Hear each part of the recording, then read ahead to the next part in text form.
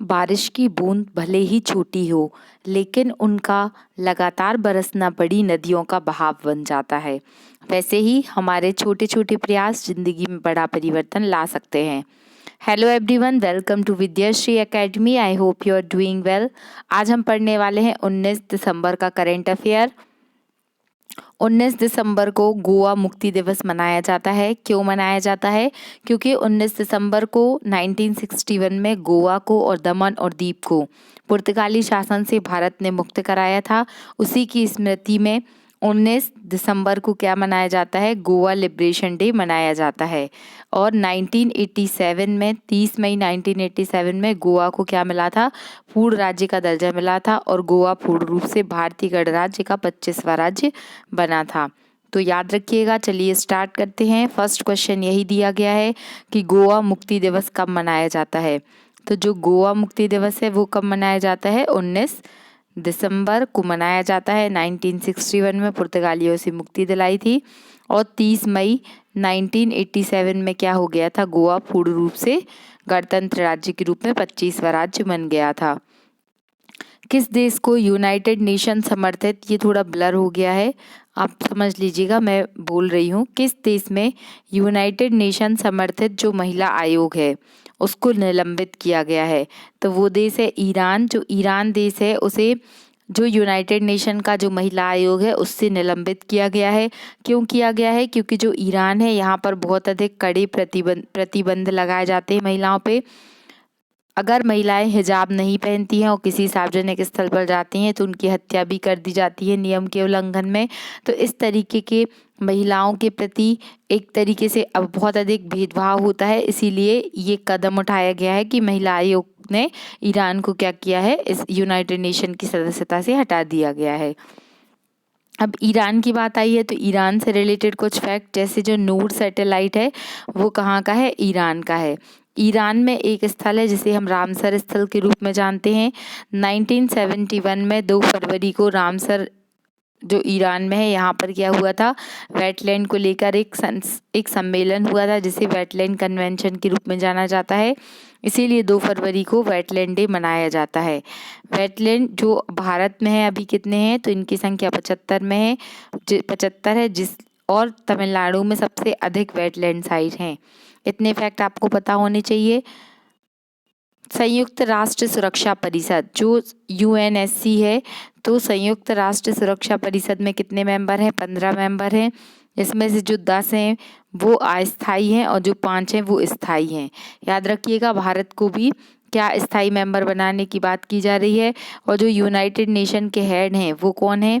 तो वो हैं एंटोनियो गुटेरेस। याद रखिएगा इनका नाम। और अगर आपसे क्वेश्चन ऐसा पूछा जाए कि यूनाइटेड नेशन के फर्स्ट चीफ का नाम क्या था, तो वे थे त्रिगवेली, इनका नाम भी याद रखिएगा। और भारत की ओर से जो यूनाइटेड नेशन की मुख्य प्रतिनिधि हैं उनका नाम क्या है? रुचिरा कंबोज। तो आपसे यूनाइटेड नेशन से रिलेटेड इतने फैक्ट पूछे जा सकते हैं। यूनाइटेड नेशन ऑर्गेनाइजेशन की स्थापना कब हुई थी? तो 24 अक्टूबर 1945। और इसका हेडक्वार्टर कहाँ पर स्थित है? न्यूयॉर्क शहर में स्थित है। याद रखिएगा इतने पॉइंट। भारतीय मूल के डीओ बराडकर किस देश के दूसरी बार प्राइम मिनिस्टर बने हैं? तो ये देश है आयरलैंड। आयरलैंड से हमारे भारतीय संविधान में हमने क्या लिया है? तो डीपीएसपी के कॉन्सेप्ट को क्या है, हमने आयरलैंड से अपनाया है।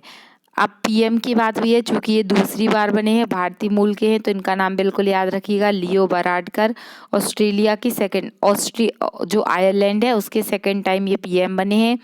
यूके के पीएम भी भारतीय मूल के हैं, तो इनका क्वेश्चन भी पूछा जा सकता है। ऋषि सुनक जो किस पार्टी से हैं? जो कंजर्वेटिव पार्टी से बिलोंग करते हैं। फिर चंद्रिका प्रसाद संखोली, ये नाम भी काफ़ी चर्चा में रहा था, तो ये भी आपको याद रखना है। जो चंद्रिका प्रसाद संखोली हैं ये कहाँ के राष्ट्रपति हैं? तो ये सूरीनाम देश के राष्ट्रपति हैं। फिर नेक्स्ट क्वेश्चन है कि 2032 में ओलंपिक और पैरा ओलंपिक खेल आयोजन समिति के सीईओ सीईओ का नाम याद रखिएगा, सिंडी हुक को बनाया गया है।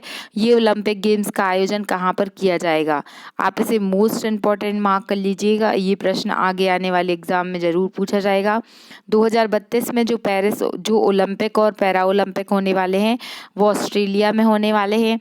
आपको पता होगा कि अभी जो ओलंपिक हुए थे, तो जो टोक्यो में ओलंपिक हुए थे, तो वो 2000 कौन से ईयर के ओलंपिक थे? वो 2020 के ओलंपिक थे जो टोक्यो शहर में हुए थे। और इसके बाद 2024 में जो ओलंपिक होने वाले हैं वो पेरिस में होने वाले हैं।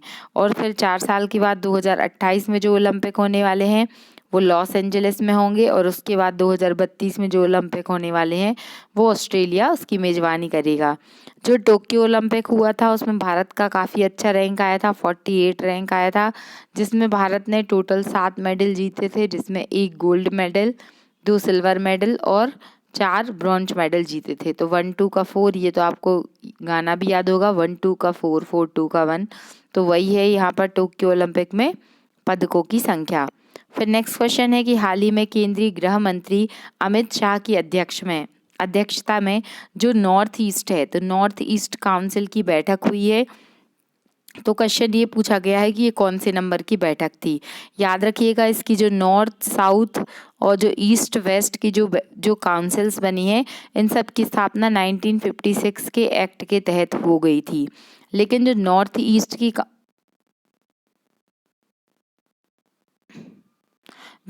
ईस्ट की काउंसिल है उसकी स्थापना कब हुई थी? तो 1971 में स्थापना हुई थी। याद रखिएगा, 1971 के एक्ट के तहत स्थापना हुई थी। इंटर स्टेट काउंसिल किस आर्टिकल में मेंशन किया गया है? तो जो आर्टिकल नंबर 263 है उसमें इंटर स्टेट काउंसिल का वर्णन किया गया है। और 262 में जो नदी जोड़ो विवाद है उसका वर्णन किया गया है। और जो इसके हेड कौन होते हैं? इंटर स्टेट काउंसिल के हेड जो पदेन प्रधानमंत्री होते हैं वही इसके हेड होते हैं। जीएसटी काउंसिल का वर्णन है 279A में जीएसटी काउंसिल का वर्णन किया गया है। What is the full form of GST? Goods and service tax. GST is a indirect tax. ये क्वेश्चन भी पूछा गया है, तो याद रखिएगा यह एक प्रकार का अप्रत्यक्ष कर है जिसे 101वें कॉन्स्टिट्यूशनल अमेंडमेंट के द्वारा जीएसटी का निर्माण किया गया था। अभी जो जीएसटी की अध्यक्षता है, जो हेड होते हैं जीएसटी काउंसिल के वो वित्त मंत्री होते हैं। और अभी जीएसटी काउंसिल की जो बैठक हुई थी वो कहाँ पर हुई थी? चंडीगढ़ में हुई थी। इतने फैक्ट आपको याद रखना है। फिर IEI ये उद्योग की श्रेणी में पुरस्कार दिया जाता है। तो 2022 के लिए ये पुरस्कार किस सरकारी निगम को दिया गया? तो ये दिया गया NMDC, national mineral development council, जो कहाँ पर स्थित है? हैदराबाद में स्थित है। तो याद रखिएगा कि ये IEI अवार्ड किसे मिला है? NMDC को मिला है। 12वीं नवीनतम महारत्न कंपनी, मोस्ट इम्पॉर्टेंट क्वेश्चन है ये भी, जो रूरल इलेक्ट्रिफिकेशन लिमिटेड है REL, उसको क्या मिला है? 12वीं महारत्न कंपनी का दर्जा मिला है।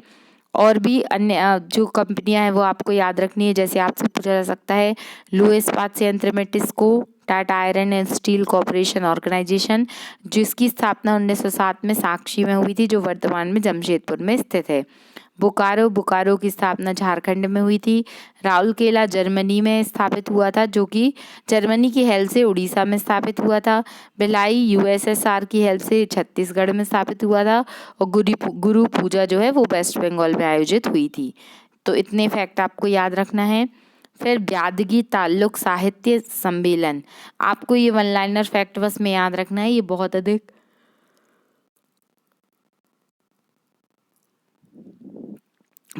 महत्वपूर्ण नहीं है। ब्यादगी ताल्लुक सम्मेलन ये कहाँ पर स्थित है? ये कन्नड़ भाषा से रिलेटेड पुरस्कार है, कन्नड़ भाषा से रिलेटेड सम्मेलन है। पहली शास्त्रीय भाषा कौन सी थी? तो 2004 में थी तमिल भाषा। और जो नवीनतम राष्ट्रीय शास्त्रीय भाषा है वो उड़िया भाषा है। कुल 6 भाषाओं को तेलुगु, तमिल, उड़िया, कन्नड़, इन सबको क्या है? साहित्यिक जो शास्त्रीय भाषा है उसका दर्जा प्राप्त है। फिर मूल संविधान में 14 भाषाएं थी, वर्तमान में 22 भाषाएं हैं। 3 कॉन्स्टिट्यूशनल अमेंडमेंट हुए थे भाषाओं से रिलेटेड, ये आपको बिल्कुल याद कर लेना है। 21वां संविधान संशोधन, 71वां और 92वां। याद रखिएगा 21वीं संविधान संशोधन के द्वारा सिंधी भाषा को जोड़ा गया था। जो 71वां कॉन्स्टिट्यूशनल अमेंडमेंट है, इसके द्वारा जो नमक है, मतलब इसमें मैथिली है और भी 3 भाषाएं हैं। और जो 92 नंबर का कॉन्स्टिट्यूशनल अमेंडमेंट था, इसके अंतर्गत बोडो, मैथिली, संथाली, इस तरीके से लैंग्वेज को जोड़ा गया था। इसको याद रखिएगा। फिर नेक्स्ट क्वेश्चन जो दिया है वो दिया है भारतीय महिला,